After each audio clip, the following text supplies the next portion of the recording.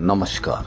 देश और दुनिया की तमाम फटाफट खबरों में आपका स्वागत है। खबरों के लिए आपसे निवेदन की यदि आपने हमारे चैनल को सब्सक्राइब नहीं किया तो कृपया करके देश और दुनिया की तमाम फटाफट खबरों के लिए आपके अपने चैनल को सब्सक्राइब कर लें। आप सब्सक्राइब करते हैं तो हमें हिम्मत होती है सही और सच्ची खबरें और उन खबरों को जो आपको मीडिया से छुपाई जाती है उन खबरों को आप तक पेश करने की हिम्मत होती है। इसलिए आपके अपने चैनल को सब्सक्राइब कर लें। तो क्या है आज की बड़ी खबर राहुल गांधी से। राहुल गांधी ने बीजेपी पर फिर साधा निशाना, कहा आप जिए मरे तड़पते रहें, इन्हें कोई फर्क नहीं पड़ता। जी हां, राहुल गांधी ने मोदी सरकार और चुनाव आयोग पर निशाना साधते हुए कहा कि मैं आप सभी से एक सीधा सवाल पूछना चाहता हूं, जो सरकार वोट चोरी से बनी हो क्या उसका इरादा कभी जनसेवा हो सकता है? नहीं ना, उन्हें आपकी वोट की जरूरत ही नहीं, इसलिए आपकी समस्याओं की परवाह भी नहीं। जी हां, बड़ी बात कही राहुल गांधी ने। कांग्रेस सांसद और लोकसभा में नेता प्रतिपक्ष राहुल गांधी लगातार वोट चोरी के मामले को उठा रहे हैं और लगता है कि पूरे देश में वोट चोरी का मुद्दा एक बड़ा मुद्दा बनने जा रहा है। वोट चोरी के कथित आरोपों के खिलाफ राहुल गांधी बिहार में वोट अधिकार यात्रा निकाल रहे हैं। इसी दौरान आज राहुल गांधी ने कहा कि जो सरकार वोट चोरी से बनी हो क्या उसका इरादा कभी जनसेवा हो सकता है। वहीं विपक्षी गठबंधन इंडिया के उपराष्ट्रपति उम्मीदवार सुप्रीम कोर्ट से retired justice B Sudarshan Reddy ने गुरुवार को नामांकन भरा। रेड्डी ने 4 सेट में नामांकन दाखिल किया। खड़गे समेत 20 नेता प्रस्तावक बने।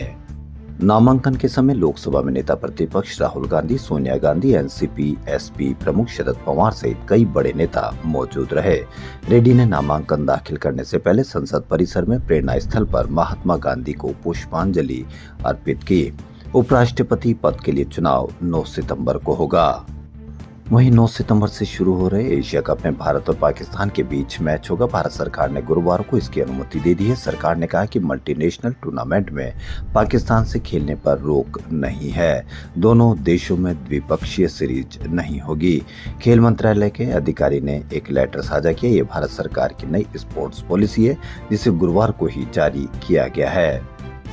असम में 18 साल से ज्यादा उम्र के लोगों का नया आधार कार्ड नहीं बनेगा। मुख्यमंत्री हेमंत बिस्वा शर्मा ने आज इसकी जानकारी दी। उन्होंने कहा कि असम कैबिनेट ने अवैध प्रवासियों को भारतीय नागरिकता से रोकने के लिए यह फैसला लिया है।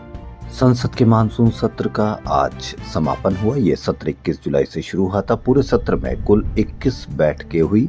लोकसभा में 20 घंटा चर्चा का समय निर्धारित था, लेकिन सिर्फ 37 घंटे ही चर्चा हो सकी। वहीं राज्यसभा में 41 घंटे चर्चा हुई। इस दौरान लोकसभा में 12 बिल और राज्यसभा में 15 बिल पास हुए। सबसे चर्चित बिल गिरफ्तार पीएम, सीएम और मंत्रियों को हटाने वाला संविधान संशोधन बिल रहा। इसे जेपीसी के पास भेजने का प्रस्ताव पारित हुआ। सत्र की शुरुआत राज्यसभा के उपसभापति जगदीप धनखड़ के बीच सत्र में इस्तीफे के साथ हुई।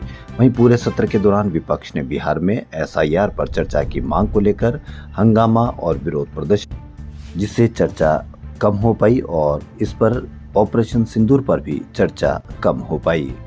देश के पश्चिम हिस्से महाराष्ट्र और गुजरात में बारिश के कारण जनजीवन प्रभावित हुआ। दोनों राज्यों में आज रेड अलर्ट जारी किया गया। उत्तर प्रदेश में यमुना के कारण कई जिले बाढ़ की चपेट में है।